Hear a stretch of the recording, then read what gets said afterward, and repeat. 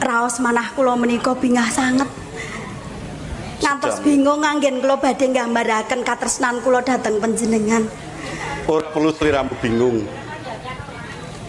Mergo aku uga tresna marang sliramu. Sepiro katresnanmu marang pun Kakang saiki blakno ning ngarepipun Kakang.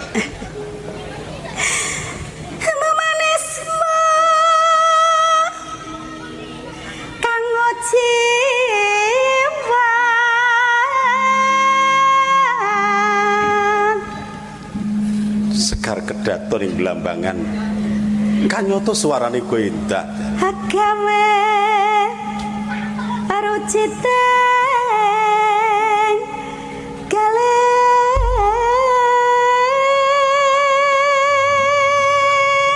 iya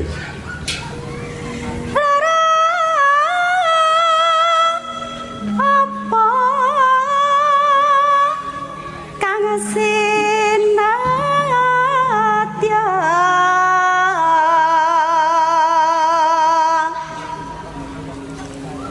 upama mundut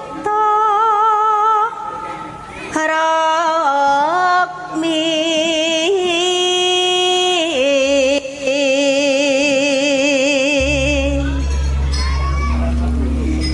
taratamtu tak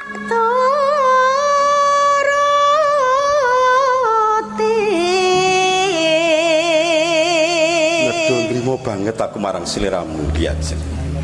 Ibarat wong numpak prau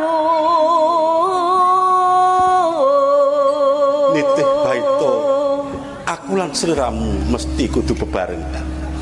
Lumampah tetan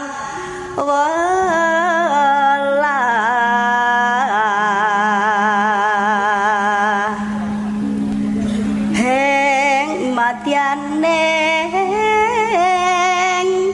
jala nidi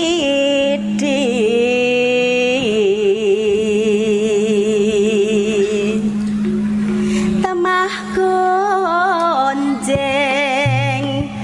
anggen jang eng aku